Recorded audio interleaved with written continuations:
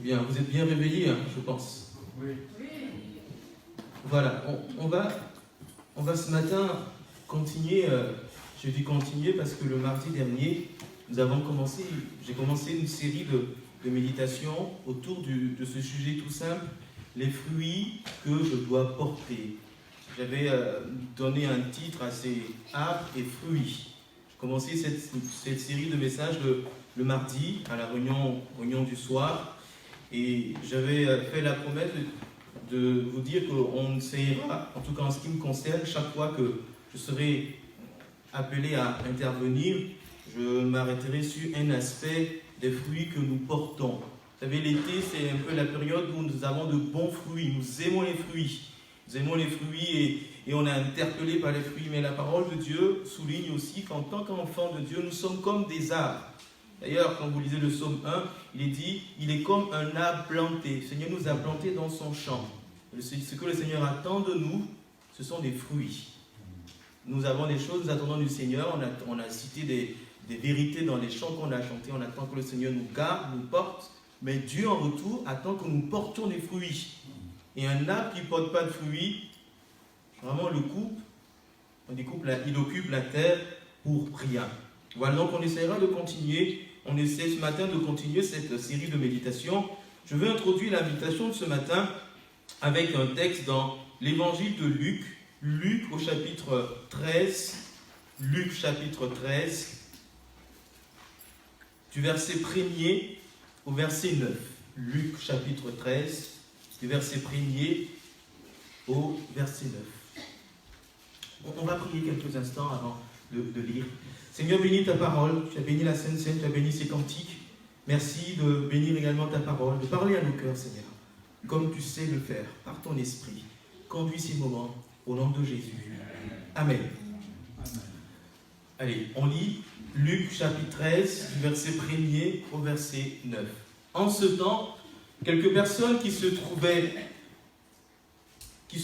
là racontaient à Jésus ce qui était arrivé à des Galiléens dont Pilate avait mêlé le sang avec celui de leur sacrifice. Il leur dit, « Croyez-vous que ces Galiléens fussent de plus grands pécheurs que tous les autres Galiléens, parce qu'ils ont souffert de la sorte? Non, je vous le dis. Mais si vous ne vous repentez, vous périrez tous également. Ou bien, ces 18 personnes sur qui est tombée la tour de Siloé et qu'elle a tué, croyez-vous qu'elles fussent plus coupables que tous les autres habitants de Jérusalem? Non, je vous le dis. Si vous ne vous repentez, vous périrez tous également. » Jésus dit aussi cette parabole. Un homme avait un figuier planté dans sa vigne. Il vint pour y chercher du fruit et il n'en trouva point. Alors il dit au vigneron, « Voilà 3 ans que je viens chercher du fruit à ce figuier et je n'en trouve point. Coupe-le. Pourquoi occupe-t-il la terre inutilement? » Le vigneron lui répondit, « Seigneur, laisse-le encore cette année. Je creuserai tout autour. Je mettrai du fumier. Peut-être à l'avenir, il donnera du fruit. Sinon, tu le couperas. » Amen. Voici un texte qui est en plein dans notre sujet. Un fait marquant va arriver à Jérusalem. Une tour va tomber sur des personnes, des Galiléens. C'est des ressortissants de la ville de Galilée. Et cette tour va tuer ces 18 personnes. Et c'était un peu comme aujourd'hui, les faits divers, ça passe partout. Et c'était un fait divers de l'époque et les gens en parlaient. Les gens en parlaient en disant, mais est-ce que tu as vu, est-ce que tu as appris ce qui s'est passé à ces hommes, bien sûr, qui sont morts, une tour est tombée sur eux, et ainsi de suite. Et certains se posaient la question, est-ce que c'est parce qu'ils ont péché qu'ils sont morts? Voilà, il y avait un débat un peu sur ce sujet. Et Jésus va donc utiliser cette image pour rebondir sur la nécessité pour chacun de se repentir, de se tourner vers Dieu. Il va aller plus loin et il va donner cette parabole, la parabole du figuier stérile. Du figuier stérile. Il dit un homme avait un figuier qui était dans son champ, dans sa vie, et il est venu chercher du fruit, il n'en trouvait pas, et pendant 3 ans, il passait, il n'en trouvait point, et il a dit comme cela, coupe-le, il utilise la terre inutilement. Le vigneron lui dit, laisse-le encore. Mais cette parabole, moi je vois dans cette parabole un peu chacun de nous. Nous sommes plantés dans la vigne de Dieu. Nous sommes autant, tous les chrétiens du monde, tous les chrétiens de la planète forment le champ de Dieu. Et nous sommes chacun de nous plantés. Ne me dites pas, peut-être certains sont des petits arbustes, certains d'autres sont des cèdres, peu importe. Mais nous sommes plantés dans son champ. Et le désir de Dieu étant planté, c'est que nous portions du fruit. Pour vous qui avez des jardins dans vos maisons, quand vous plantez un cerisier, c'est pour avoir des cerises, n'est-ce pas? Si vous plantez dans votre jardin un manguier, c'est pour avoir des mangues. Bon, ce n'est pas trop le cas ici, mais un pommier, c'est pour avoir des pommes. Si vous plantez je ne sais quel fruit vous aimez, voilà, c'est pour avoir cela. Et c'est de la même façon pour nous, en tant qu'enfants de Dieu. Il nous a plantés dans son champ. Et ce qu'il attend de chacun de nous, ce sont des fruits. Des fruits qui sont pour lui, qui réjouissent son cœur. Et dans cette parabole, le maître va venir. Il va voir ce figuier. Oh mince, mais il fait quoi ce figuier? Autant le détruire, on va en mettre un autre. Et là, il y a juste à côté le vigneron, qui a des paroles de compassion, et qui dit au maître, s'il te plaît, attends, je vais creuser tout autour, afin qu'il porte du fruit. Dieu attend de chacun de nous que nous portions du fruit. Le fruit que nous devons porter, c'est au-delà des vertus de Galates 5, 22, la joie, mais c'est notre témoignage, c'est tout ce qu'on peut produire, c'est tout, c'est le côté visible de notre vie chrétienne. Être un arbre verdoyant qui ne porte pas de fruits est triste. Le maître attend de nous des fruits. Et ça va peut-être vous étonner par les mots de ce maître, mais on va le couper. On va le jeter. On n'imagine pas, oh Dieu est bon, Dieu est amour, c'est pas possible qu'il nous coupe et qu'il nous retranche. Mais voilà ce qui est dit. Moi je ne veux pas utiliser la terre inutilement, je veux porter de fruits.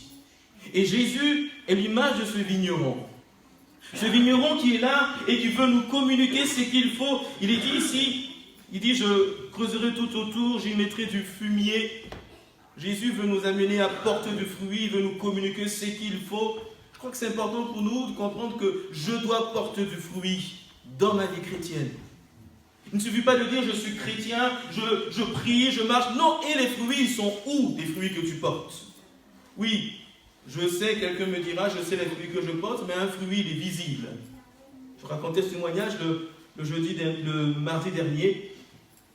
À la fin du confinement, avec les enfants, on allait à la Youle, et sur la route, il y avait un cerisier, on ne s'est jamais rendu compte qu'il était là. Franchement, il était inaperçu. Mais cette période, c'était la période des cerises. Et on a été interpellés par les fruits qu'il portait. Et inutile de vous dire qu'en quelques secondes, on était comme des lapins. On avait en sauté de partout pour en prendre quelques fruits. Pourquoi? Parce qu'on a vu les fruits. Ton témoignage de chrétien se verra par les fruits que tu vas porter. Et les fruits, c'est le Seigneur qui veut nous amener à les porter, à les produire en nous. Et plus on porte du fruit, plus le maître est encouragé. Je ne veux pas reprendre la pensée du mardi. Ces méditations sur notre site internet, vous pourrez les réécouter. Mais ce matin, on va aller plus loin. Parmi tous les fruits que le Seigneur nous invite à porter, il y a un fruit que je veux souligner ce matin, le fruit de la repentance. Les fruits de la repentance. On va lire un texte dans Luc chapitre 3, verset 8, pour aller plus loin dans notre enseignement. Luc chapitre 3, verset 8. Évangile de Luc au chapitre 3, le verset 8. Produisez donc des fruits dignes de la repentance. Ne vous mettez pas à dire en vous-même, nous avons Abraham pour père, car je vous le déclare que c'est Pierre, Dieu peut susciter des enfants à Abraham. Des fruits dignes de la repentance. Ce n'est pas moi qui l'ai crié ce mot, mais c'est la prédication de Jean-Baptiste. celui qui va préparer le chemin de Jésus. Il demande aux hommes, à ses compatriotes, de produire des fruits dignes de la repentance, des fruits qui montrent qu'ils se sont repentis. Vous savez, le terme de la repentance est prioritaire dans la parole de Dieu. On a souvent pensé que la repentance est pour les inconvertis. On pense souvent que la repentance est pour ceux qui ne connaissent pas le Seigneur. Mais lorsque je parcours la parole de Dieu, la repentance est fondamentale. Jean-Baptiste va inviter le peuple à se repentir. Jésus va dire, repentez-vous. Les apôtres après vont dire, repentez-vous. Même l'apôtre Paul pourra dire dans Acte 26, le verset 20, je vous lis, et ce verset m'a interpellé. Acte 26, verset 20, c'est Paul qui adresse ce message, parlant de son ministère. Il dit, Acte 26, le verset 20, « À Damas, d'abord, puis à Jérusalem, et dans toute la Judée, chez les païens, j'ai prêché la repentance, la conversion à Dieu et la pratique des œuvres dignes de la repentance. » Je me suis repenti, oui, je me suis approché du Seigneur, mais toute ma vie, je dois produire des fruits dignes de la repentance. Des fruits qui montrent que je me suis repenti. Et ce matin, on va essayer de voir ces fruits-là. Parce que, bien souvent, on pense qu'on s'est repenti, mais on ne s'est pas peut-être repenti. La repentance conditionne le pardon des péchés. La repentance appelle le pardon des péchés. La repentance nous fait rentrer dans le plan de Dieu. Je me souviens de ce que l'apôtre Pierre va dire à ces gens qui, lors de sa première prédication, « Repentez-vous et vous recevrez le Saint-Esprit ». Nous négligeons trop cette vérité biblique. Sous prétexte que Dieu est bon. Oui, Dieu est bon pour moi, mais Dieu attend des fruits dignes de la repentance. Amen. Bon, d'accord. Amen quand même. Amen. Des fruits dignes de la repentance. Alors, on va lire encore un autre verset dans Luc chapitre 24, verset 26, pour souligner Luc 24, 46 à 47. C'est Jésus qui envoie ses disciples. Il leur dit, ainsi il est décrit que le Christ souffrirait, qu'il ressusciterait des morts le troisième jour, et que la repentance et le pardon des péchés soient prêchés en son nom à toutes les nations, à commencer par Jérusalem. Est-ce que vous réalisez que le cœur même du ministère de Christ, de la venue de Christ, la repentance et le pardon des péchés? Amen. Alors, qu'est-ce que la repentance n'est pas? La repentance n'est pas une impression, une vive émotion. Chacun d'entre nous, peut-être ce matin, on a été à un culte ou à une réunion où on a été touché par Dieu. On a senti la présence de Dieu. C'était extraordinaire. Parfois, les jeunes y vont à des camps. Et un jour, je disais au pasteur, j'ai dit, mais c'est pas normal d'aller là-bas pour être touché par Dieu. Et lorsqu'ils reviennent, ils ont été touchés par Dieu quelque part à un week-end. C'est super. Mais lorsqu'ils viennent à l'église, tu cherches les fruits, tu peux creuser, tu ne vas pas les voir. Oui, on peut être touché par Dieu. On peut être touché par Dieu, on peut être marqué par Dieu. Peut-être ce matin, quelqu'un est touché par Dieu. Peut-être dimanche dernier, tu as été touché par Dieu. Peut-être dans la semaine, tu as été touché par Dieu. Tu as même pleuré. Mais ce n'est pas ça la repentance. Parce que Dieu t'a touché, que tu t'es repenti. Dieu touche tout le monde. Mais qu'est-ce que ce contact avec Dieu a produit dans ton cœur? La repentance n'est pas un remords. Quelqu'un dans la Bible a eu du remords. Vous le connaissez? Qui? Judas. Judas a trahi Jésus. On le présente comme le traître. Et après sa trahison, il a eu du remords. Un remords terrible. Mais il ne s'est pas repenti.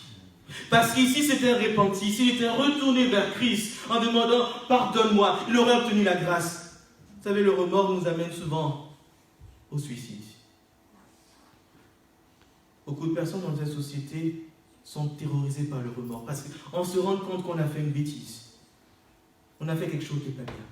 On a produit un acte, on n'a pas été là. Et on est terrorisé, on est traumatisé. Donc, quand on voit ce qui se passe aujourd'hui, dans l'actualité, des faits terribles, Des gens ont du remords. Si vous partez, vous visitez une prison, plusieurs personnes vous diront qu'ils ont du remords, mais ce n'est pas la repentance, parce qu'ils ne sont pas prêts à changer de vie. On peut regretter ce qu'on a fait sans se repentir. La repentance n'est pas simplement une conviction de péché. On peut être convaincu qu'on a péché contre Dieu et ne pas se repentir. Ce n'est pas parce que tu sais que tu as péché que tu étais repenti. J'ai marqué ici. On peut même savoir qu'on n'est pas conforme à Dieu et on reste dedans. D'accord? Attends, il y a des choses qu'on fait qu'on sait que Dieu n'est pas d'accord, mais on n'est pas pour autant qu'on a changé d'attitude. On est dedans. Donc ce n'est pas la repentance. La repentance, ce n'est pas un remords. La repentance, ce n'est pas simplement prier. Parce qu'on pense que la repentance, j'ai prié. Ce n'est pas parce que tu as prié que tu t'es repenti. Ce matin, on a tous crié à Dieu. Parce que j'ai crié à Dieu que je me suis repenti. On peut tous prier à Dieu sans se repentir. Alors, qu'est-ce que la repentance? La repentance, c'est faire demi-tour. C'est un changement d'attitude, c'est un changement d'esprit, c'est un changement de détermination, c'est un changement de cœur, c'est faire demi-tour. C'est prendre conscience que ce que je faisais n'est pas bien. Je sais que je vais dans cette direction, je posais tel acte, je disais telle chose, et maintenant j'en prends conscience, je fais demi-tour et je ne veux plus refaire. Si j'ai menti, et je me repens, Seigneur, j'ai menti, la prochaine fois, je ne mentirai pas. Je fais demi-tour. Mais si tu dis à Dieu, pardon parce que j'ai menti et tu mens encore, tu ne t'es pas repenti. Tu as juste pris conscience de ton péché, mais tu ne t'es pas repenti. C'est pas ça la repentance. Un texte dans la Bible, une parabole encore. Il y a beaucoup de paraboles dans la parole de Dieu. Jésus va donner une parabole qui illustre vraiment ce qu'est la repentance. On va lire dans Matthieu 21. Matthieu 21, c'est une petite parabole, Jésus va la donner. Matthieu 21, du verset 28 au verset 29. Matthieu 21, versets 28 et 29. Que vous ensemble, un homme avec 2 fils. S'adressant au premier, il dit, mon enfant, va travailler aujourd'hui dans ma vigne. Il répondit, je ne veux pas. Clair. Ensuite, il se repentit et il alla. Verset suivant, on peut,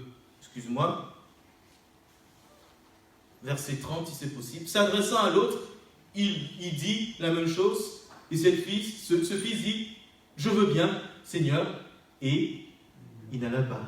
Des 2 qui s'est repenti véritablement. C'est le premier.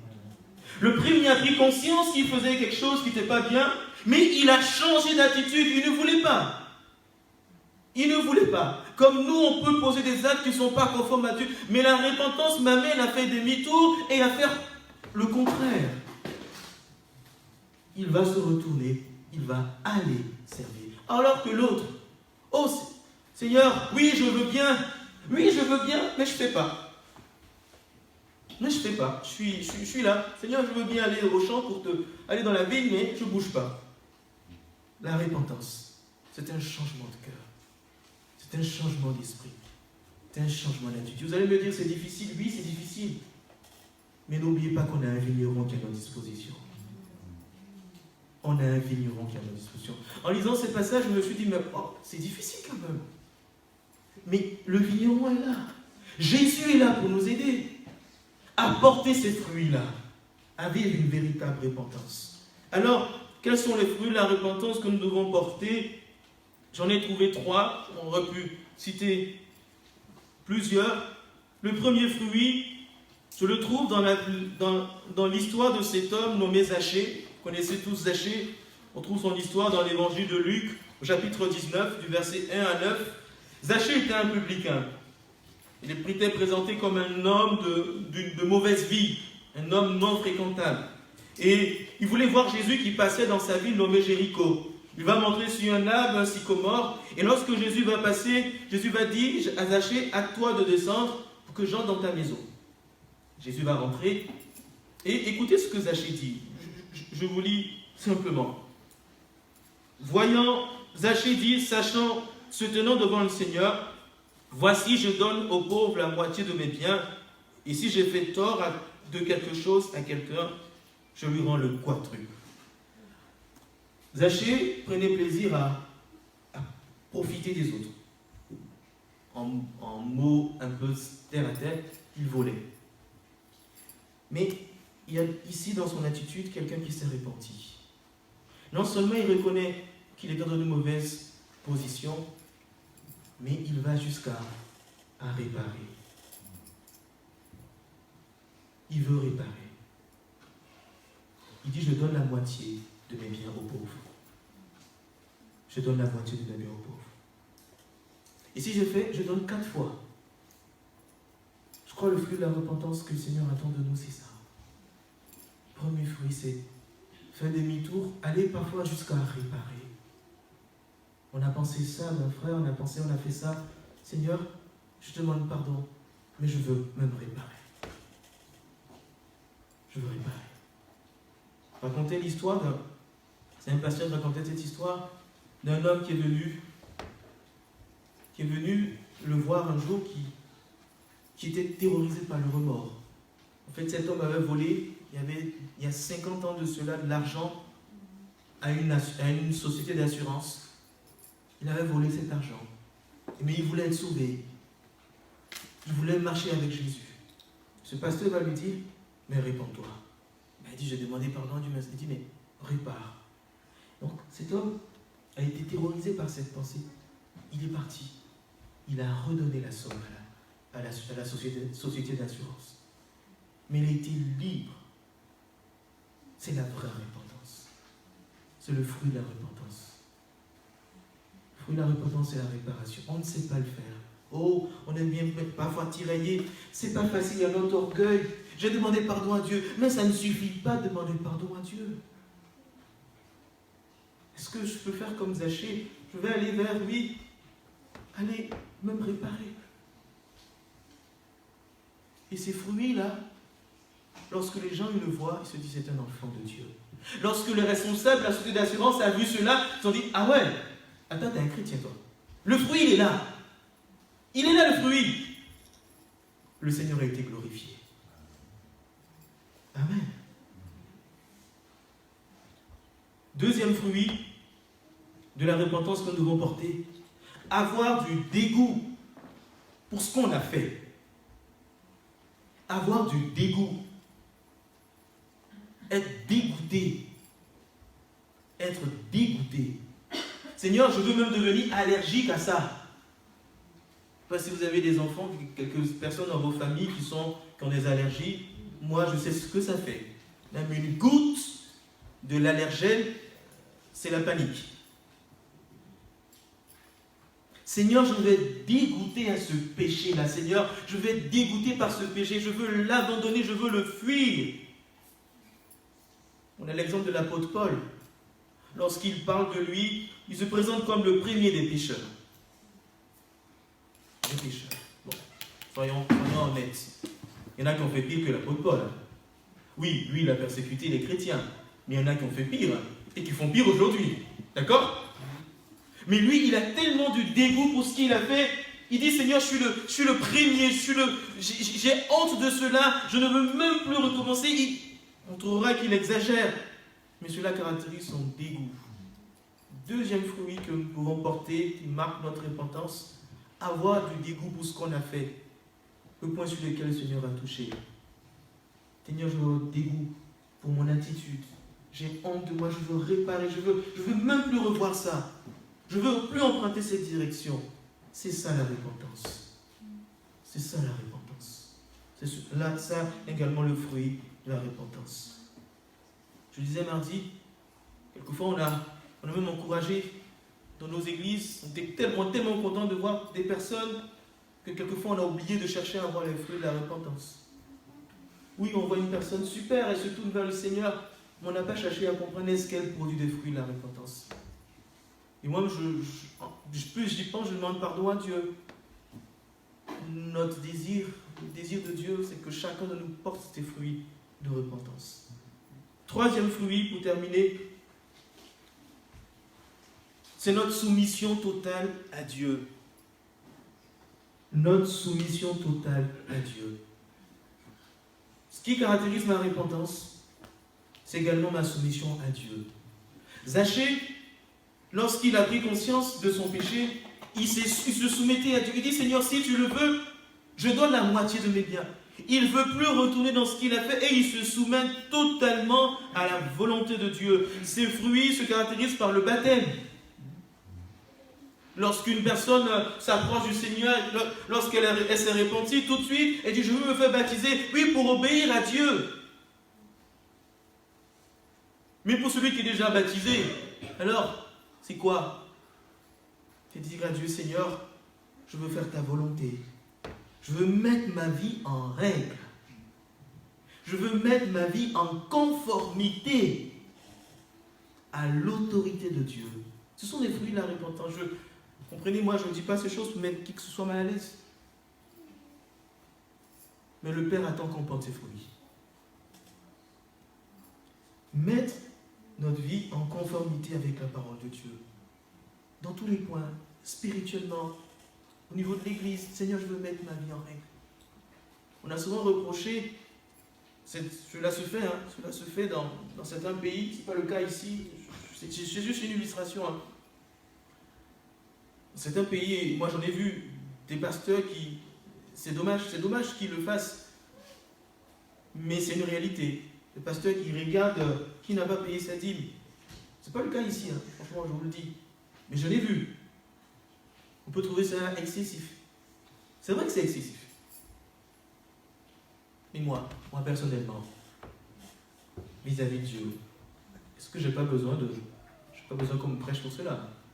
Je le sais moi-même.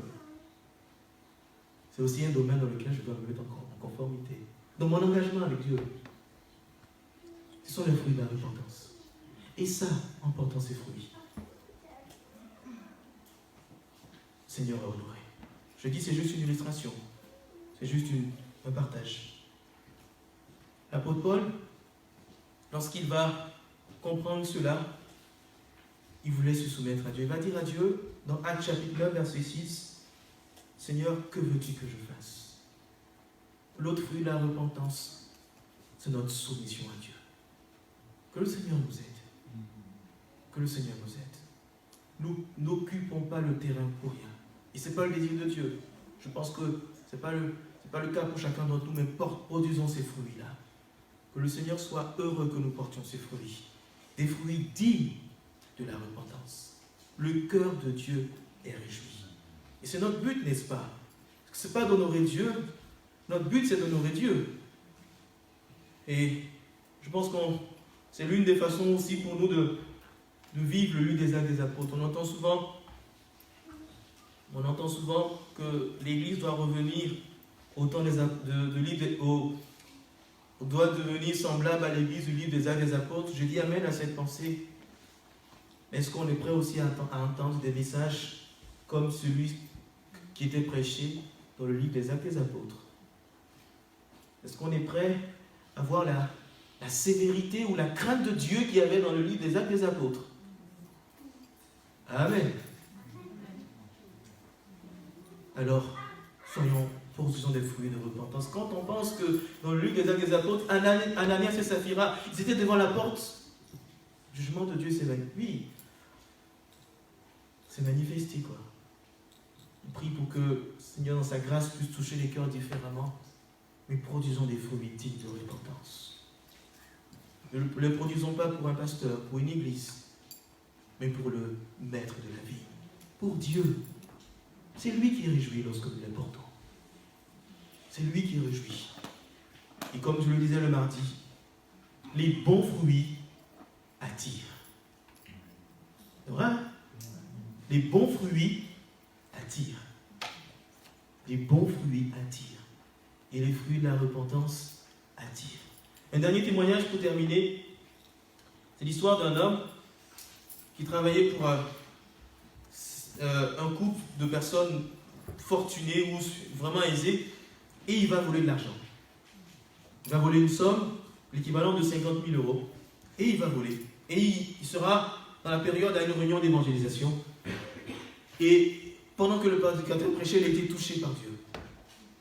Touché par Dieu, et il est venu demander pardon à Dieu pour ses péchés. Et dans la conversation, Dieu ouvre les yeux de l'homme de Dieu en disant, tu as volé quelque chose. Il dit oui.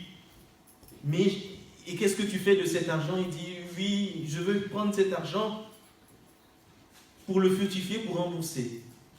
Il est touché par Dieu, ce monsieur. Et il dit, mais j'ai déjà dépensé un peu, donc je vais prendre le reste, je vais investir, et lorsque j'aurai la somme totale, je vais aller rembourser. Pour lui, c'était sa façon de se repentir. Et l'homme de Dieu va lui dire, tu veux te repentir? Prends le reste de la somme et va le donner. Il dit non, c'est pas possible, ils vont me tuer, ils vont me mettre en prison. Il dit, tu veux faire la volonté de Dieu, va rendre le reste. Il dit la vérité. Monsieur a été tiraillé pendant 2 jours, juste la période de la mission d'évangélisation, et il a fini par capituler. Et le pasteur va l'accompagner. Et ce couple de personnes ont été touchés par l'attitude de cet homme. Vous savez quoi? Ils vont se tourner vers Dieu. Il est venu avec le reste en disant, j'ai volé, je demande pardon. Je demande pardon. Et je veux réparer. Ces 2 messieurs, ce monsieur et cette dame, ce couple, a été touché. Il s'est tourné vers le Seigneur. Ça, c'est de bons fruits. Ces fruits-là, ça attire. Ça attire. Dieu est glorifié. Et lorsque le monde y voit ce fruit, il le veut, ce fruit. Et il se tourne vers Dieu. La repentance est d'actualité. Portons ces fruits. Amen.